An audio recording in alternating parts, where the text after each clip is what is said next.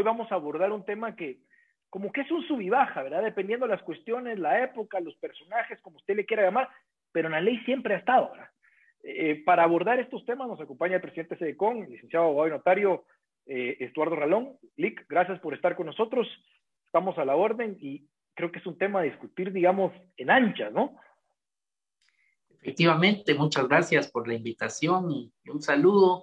Es un tema clave. Recordemos que desde que la Constitución actual está vigente, podemos mencionar que hay una serie de garantías, digamos, individuales, garantías al debido proceso, al derecho de defensa, que pues tienen una jurisprudencia muy nutrida y es a partir de abordarlas técnicamente que pues uno puede ayudar, colaborar, incidir en una correcta, digamos, opinión pública sobre los diferentes temas que se presentan. Desde hace un tiempo para acá, lamentablemente ese debate de ideas técnico ha quedado relegado por descalificaciones personales, ataques en redes sociales, activismos políticos, sesgos ideológicos, y se trata más de muchas veces cuando se habla de un tema de descalificar o no a una persona o hacer bandos sobre personas y se olvida la discusión técnica de los principios y garantías procesales. Sí, y yo le digo algo, Lic, para mí es lamentable y es triste, ¿verdad? O sea, entonces hoy nos encontramos nuevamente en que esos derechos que han estado en la Constitución o en los códigos procesales y demás, que han estado ahí siempre, estamos discutiendo sobre la aplicación de los mismos. Hace unos años aplaudían, hace unos años casi sacaban mariachis sobre el estirar la ley hasta el último punto y pareciera hasta cierto punto ser utilizado el derecho penal como una herramienta política. O sea, hay que decirlo como es. Pero yo le pongo un ejemplo. Yo agarraba la ley tal y como está, agarraba los artículos tal y como está y los ponía en redes sociales o emitía opinión en un medio como este y lo que me decían es que vos estás defendiendo a los corruptos con el derecho de presunción de inocencia. Es que vos estás defendiendo a los corruptos con el derecho de debido proceso. Es que lo que pasa es que vos querés que citen a la gente para que después se fuguen. Por Dios, o sea, no es que yo diga, la ley lo dice. Y hago esto en mención porque usted hablaba de un debate técnico que a mí realmente pues se me traduce como la lectura base de lo que establece la ley. Entonces, ¿por qué llegamos a esto? O sea, no debimos de haber sido objetivos en decir esto es lo que dice la ley, punto. Se le aplica a quien sea. Y eso lo hicimos hace unos años cuando estaba CICIG, porque hay que decirlo así. Y no, esa discusión era inválida, al punto de que habían comunicadores o periodistas que hicieron columnas burlándose del derecho de presunción de inocencia y debido proceso. Y hoy estamos nuevamente discutiendo porque al otro bando o al otro grupo no le gusta. O sea, digo, ¿cómo salimos de esta ridiculez? Porque es ridículo, pues. Efectivamente, lo que hay que retomar es ese debate técnico, porque cuando se abordan técnicamente el análisis, ya sea de procesos, de coyuntura, de contexto, se pueden advertir riesgos o peligros, porque esto es como un péndulo en donde quien está en una situación donde se le están violentando los derechos, el día de mañana puede ser replicado precisamente a otra persona que piense o actúe de manera diferente. No es un tema de personas, sino de instituciones. Un Estado constitucional de derecho se va a ir fortaleciendo conforme las instituciones se van fortaleciendo. Digamos, el tema de la prisión provisional. La prisión provisional no está regulada en la ley, atenta contra normas textuales de la Constitución, es una figura que fue inventada por un Increíble. juez en determinado momento, y esa figura es una figura violatoria de las más elementales garantías del debido proceso y derecho de defensa. No importa quién sea la persona que tiene el proceso, no se puede aplaudir la prisión provisional dependiendo a quién detuvieron y reprochar la prisión provisional dependiendo a quién detuvieron. La prisión provisional como tal es una figura que no está en la ley y que por lo tanto no deberíamos de tolerarla.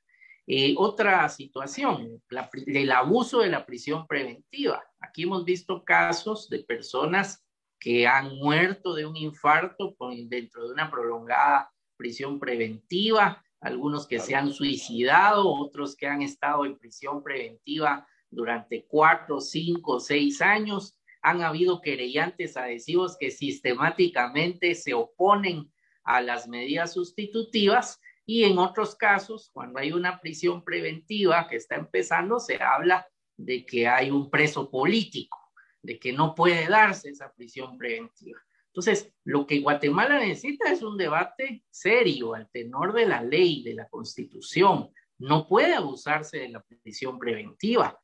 En ningún caso, no importa quién sea la persona que detuvieron, la prisión preventiva debe ser aplicada solo en aquellos casos donde hay peligro de fuga o obstaculización de justicia, y no puede verse como una pena anticipada para ninguna persona.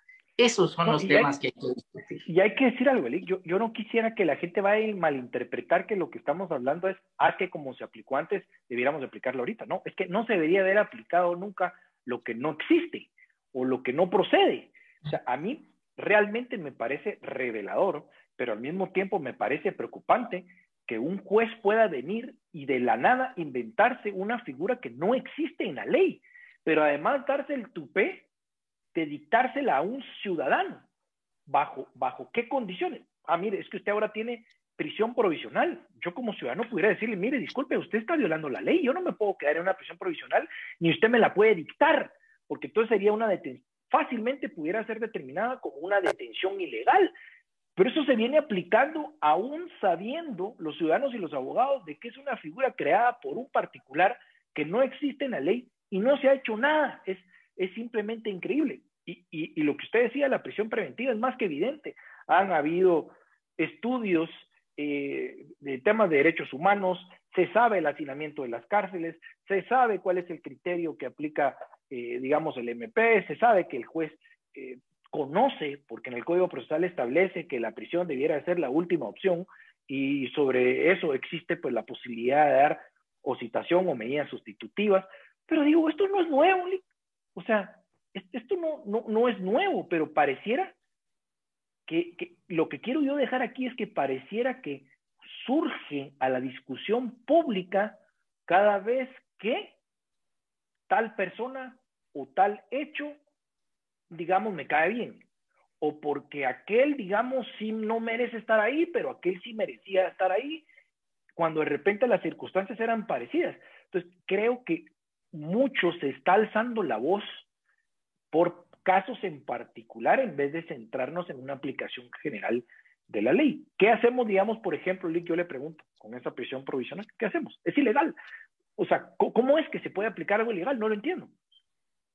Bueno, recordemos que cualquier acto ilegal hace que quien lo cometa tenga que responder ante la ley de esa ilegalidad. O sea, cuando, digamos, se habla de un debate técnico, lo primero es conceptualizar de dónde surge ese concepto de prisión provisional, ese concepto de prisión provisional, compararlo con que la Constitución no lo tiene reglamentado, con que ninguna ley previa lo tiene reglamentado, es discrecional de un juez aplicarlo, por lo que una manera de poner fin a la prisión provisional es en su debido momento que, digamos, las personas que eventualmente hayan sido afectadas o las partes de un proceso planteen ante los órganos competentes si no está cometiéndose una ilegalidad por parte de quien está aplicando una figura que no está en ley. O sea, las salidas a violaciones del debido proceso solo se corrigen en un Estado constitucional de derecho dentro del debido proceso, iniciando los, digamos, procedimientos correspondientes, y que esta discusión pase del campo académico a ser una discusión de carácter jurídico, donde los órganos, incluso constitucionales, fijen una línea jurisprudencial profunda sobre ese tema. Así es como se resuelve en un Estado de Derecho un tema de esta magnitud, reencauzando todo al respeto de esas garantías constitucionales básicas. Entonces, cuando todo se queda en redes sociales, en insultos, en hashtags, en ataques personales, pero no se aporta al debate, no se acciona en un debido proceso, entonces simplemente hay mucho ruido y no se ayuda en construir un Estado de Derecho. Sí, y hay que mencionar algo, ¿verdad, licenciado? Cambien el sistema, dice. Es que el sistema no sirve. No, está bien el argumento, porque cualquier sugerencia de cambio es válida, ¿verdad? A la hora de hacer un análisis, pues el cambio es lo primero que cualquiera plantearía para modificar algunas cosas que pues, no están bien. Pero yo digo, igual lo va a seguir aplicando el fiscal y el juez que han estado ahí por años.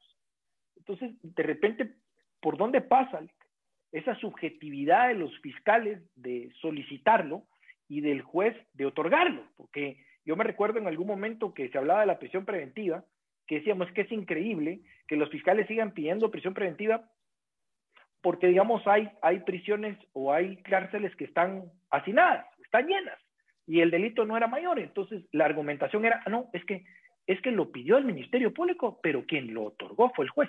O sea, yo creo que, digo, no nos hagamos ahí los locos, pues, o sea, yo creo que está bien claro la aplicación de la prisión preventiva, la solicitud y quién la otorga. ¿Cómo salimos de la aplicación subjetiva también de actores que no digan que sean malos, que ya tienen un criterio definido y que además, como usted bien mencionaba, la presión pública, el Twitter, los bandos, los hashtags, presionan. Y ahí podemos sacar a colación la famosa conferencia de prensa con la cual vivimos todos los guatemaltecos casi como 2 años. El juez casi que llegaba ya enterado su juzgado del caso, y si no seguía el caso así, pues entonces él era el corrupto y él era el que no estaba aplicando lo que decían los fiscales del Ministerio Público. O sea, es complejo, pero ¿cómo quitamos la subjetividad dentro de ese análisis?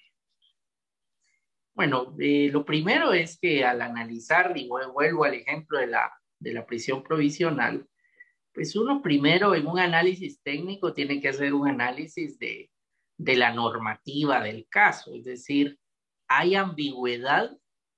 ¿Hay falta de claridad en la norma que permite que haya discrecionalidad o duda en un momento? Entonces, digamos, el primer análisis es ese, porque a veces los problemas se dan por una mala formulación de la norma, porque hay un aspecto no regulado, porque hay un lenguaje ambiguo o contradictorio. Pero digamos, en la prisión provisional tenemos normas claras en la Constitución. Tenemos normas claras en convenios internacionales de los cuales Guatemala es parte. Tenemos normas claras en cuanto cuál es el debido proceso en Guatemala. Entonces, digamos, ahí simplemente es evidente que esa es una figura totalmente arbitraria, no preestablecida en ley. Entonces, el problema no es normativo, porque cuando se supera el análisis y se sabe que el problema no es normativo, entonces tenemos un problema de aplicación de la ley. Y en ese problema de aplicación de la ley, recordemos que cualquier juez, cualquier magistrado, incluidos los de la Corte de Constitucionalidad, son responsables con arreglo a la ley de sus resoluciones. Y es ahí donde el debido proceso tiene que ser el que ponga ya una acción en donde se analice a profundidad si esta mala práctica no debe ser totalmente expulsada y desterrada porque se presta a la arbitrariedad, al abuso. Una persona no sabe hoy si es detenida, si va a estar en prisión provisional 15 días, 20 días o 3 meses, porque dependerá de cuándo se lleve a cabo una audiencia donde se decida si queda en libertad o si queda en una prisión, digamos, preventiva. Esa incertidumbre no es propia de ningún Estado de Derecho. Peligroso. Ni siquiera hagamos un listado, porque mucha gente habla sin conocer la Constitución y las garantías constitucionales y procesales. Aquí no estamos hablando de gustos, no nos estamos inventando nosotros. Usted lo ha mencionado muchas veces, es un análisis técnico sobre lo que establece la Constitución y donde están todos los derechos que al final de cuentas pues protegen a los ciudadanos. Presunción de inocencia, ahí está, es claro, hasta que no se le pruebe culpable. No era como decía alguien antes, no, es que la presunción de inocencia o la inocencia se va perdiendo poquito por poquito. mire, o sea, no seamos ridículos, ¿verdad? O sea, hasta que no se me pruebe que yo sea culpable, yo soy presuntamente inocente y por lo tanto, en ese debido proceso, que es la posibilidad de que el defendido tenga todas las, digamos, ¿qué pudiera hacer? Todos los pasos a seguir que establece la ley para que su juicio o su veredicto final se haya cumplido con los pasos legales. Pero también en el debido proceso también había gente que en su momento planteaba, es que entonces los abogados están dilatando el proceso porque interponen recursos y entonces, pero si los recursos ahí están, la ley los permite. Esa es parte del debido proceso. No les guste, cámbienlo. ¿Por qué le menciono esto? ¿Cómo tratan de distorsionar, digamos, el objetivo o finalidad de dichos artículos solo porque no les gustaba un determinado caso o un determinado particular? Y a veces, y lo digo con mucho respeto, son no abogados quienes emiten estos comentarios, y eso también es peligroso. Sí, es totalmente peligroso. Vemos el día de hoy que en el debate de garantías constitucionales, de derecho de defensa, debido proceso, presunción de inocencia, realmente somos pocas las voces que hemos sido consistentes en todo momento, porque hay una gran mayoría que guardó un silencio cómplice en años anteriores con algunas conductas que eran evidentemente violatorias y que ahora se vuelven personas que, digamos, mencionan que está mal para un proceso específico, para una persona específica.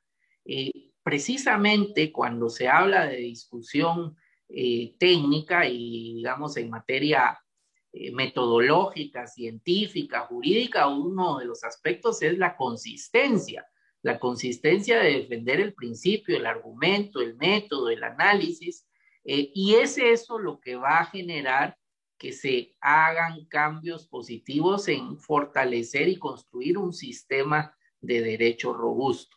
Cuando nos alejamos de la objetividad, del respeto al método, de la consistencia científica y pasamos solo al señalamiento particular, lo que hacemos es lo contrario, es debilitar e instrumentalizar una figura para una finalidad particular y eso debilita el Estado de Derecho. Sí, yo le quiero agradecer, licenciado, por la plática, ese análisis técnico que hacemos sobre estos artículos. Hay que decirlo, ¿verdad? O sea, el análisis profundo sobre los temas legales importantes del país hoy en día es lamentable. Hay una doble moral, y eso lo digo yo, es una doble moral con la cual los estamos analizando. Las garantías procesales y constitucionales se les aplican a todos por igual, no importa quién sea. Eso es una realidad, siempre debería haber sido así. Y se levanta la voz sobre estos temas dependiendo los momentos y dependiendo los casos. Hoy pudiera ser usted, hoy pudiera ser yo, mañana pudiera ser alguien que atropelló a alguien y esas garantías las estarían también exigiendo. Ese creo que es realmente el objetivo, no más que agarrar bandos, sino decir, mira, usted le puede pasar mañana, entonces mejor proteja esos derechos que el día de mañana lo pueden proteger a usted. Pero en fin, es un tema a discutir y estoy de acuerdo, debiera haber un debate objetivo y técnico y si hay mejoras, pues hacerlas, pero no por gustos, ¿verdad? No por cuestiones ni por tiempos. Lic Ralón, muy agradecido siempre por su tiempo. Muchas gracias, un verdadero gusto saludarlo, gracias por la invitación y siempre a la orden.